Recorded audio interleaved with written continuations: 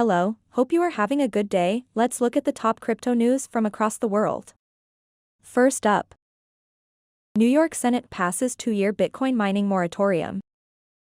New York is now one step closer to becoming the first state to ban crypto mining that relies on carbon-based power sources.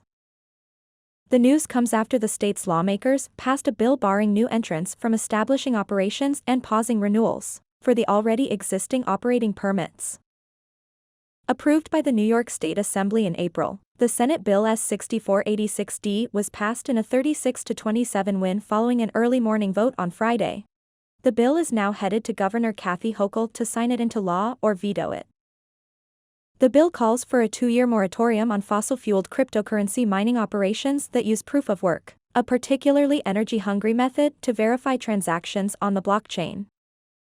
It also essentially caps the electrical consumption of existing mining operations at their current levels.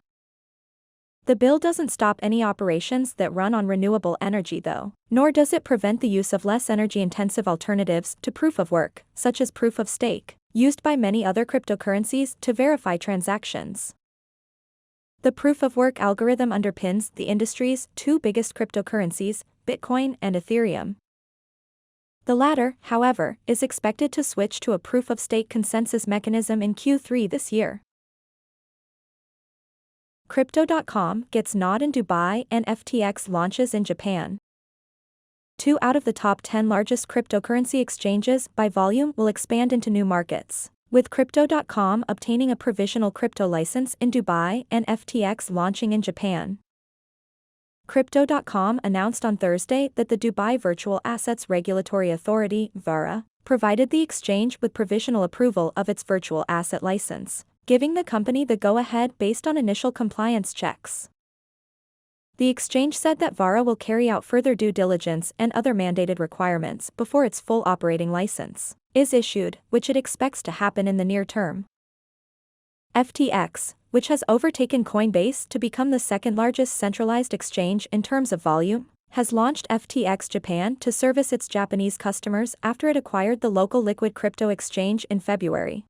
Japan has strict rules for crypto exchanges wanting to operate in the country, with the commissioner of the crypto regulator, the Financial Services Agency, FSA, even admitting it makes things rather tough for exchanges. FTX CEO Sam Bankman-Fried said that Japan is a highly regulated market with a potential market size of almost $1 trillion for crypto trading. Chainlink price feeds now live on Solana. Chainlink is expanding to Solana. The blockchain Oracle network said Friday that developers who build decentralized finance DeFi applications on the Solana mainnet can now incorporate 7 of Chainlink's price feeds into their products. Popular DeFi projects such as Aave, Compound and DYDX already use Chainlink's data services. Chainlink's launch on Solana, however, makes it the first non-Ethereum virtual machine EVM chain supported by the network.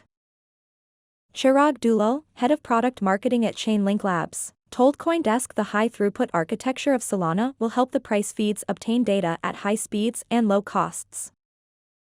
Solana-native projects such as Francium, Tulip and Apricot Finance have committed to integrate Chainlink's price feeds. After the initial launch on Solana, Chainlink plans to offer more price feeds and services to developers. It will later release a cross-chain interoperability protocol for developers building on Solana to execute smart contracts across different blockchains. Japan passes bill to limit stablecoin issuance to banks and trust companies. Japan is moving forward with legislation regarding the issuance of stablecoins, i.e., digital assets with their value pegged to fiat currencies or stabilized by an algorithm. On Friday, Japan's parliament passed a bill to ban stablecoin issuance by non-banking institutions, local news agency Nikkei reported. The bill reportedly stipulates that the issuance of stablecoins is limited to licensed banks, registered money transfer agents and trust companies in Japan. The new legislation also introduces a registration system for financial institutions to issue such digital assets, and provides measures against money laundering.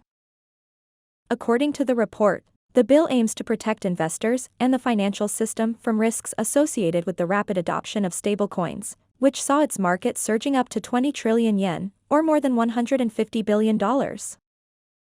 The new legal framework will reportedly take effect in 2023, with Japan's Financial Services Agency planning to introduce regulations for stablecoin issuers in the coming months. Jack Dorsey's Block Inc. and Apple team up for iPhone contactless payments feature. According to a report from Reuters on Thursday, Apple's upcoming Tap to Pay feature for iPhones will onboard Square's payment facilities from Block Inc., allowing for in-person contactless payments and faster transactions as the tech giant gears up for a push into the fintech industry. Square Payments is a subscription-based transaction service developed by Block Inc., formerly Square Inc., to power quick and secure settlements for small and medium-sized businesses. The company also owns the popular peer-to-peer payments portal known as Cash App, which notably supports Bitcoin transactions. The collaboration between both companies starts with an early access program to allow sellers and vendors to test out the feature. Sellers only require an iPhone and a Square point-of-sales app to leverage the service, per the report from Reuters. However, Square's point-of-sales app does not support crypto payments, unlike the Cash App service. It remains unclear whether Jack Dorsey's Block will enable digital asset payment facilities for Square's point-of-sales service. Apple previously announced that the feature was going live for business customers in the US starting summer of 2022. The tech giant also unveiled Shopify Point and Stripe as its first partners for the service back in February. Thank you for joining us today. If you like the video, please hit like and subscribe to the channel to stay up to date with Crypto World.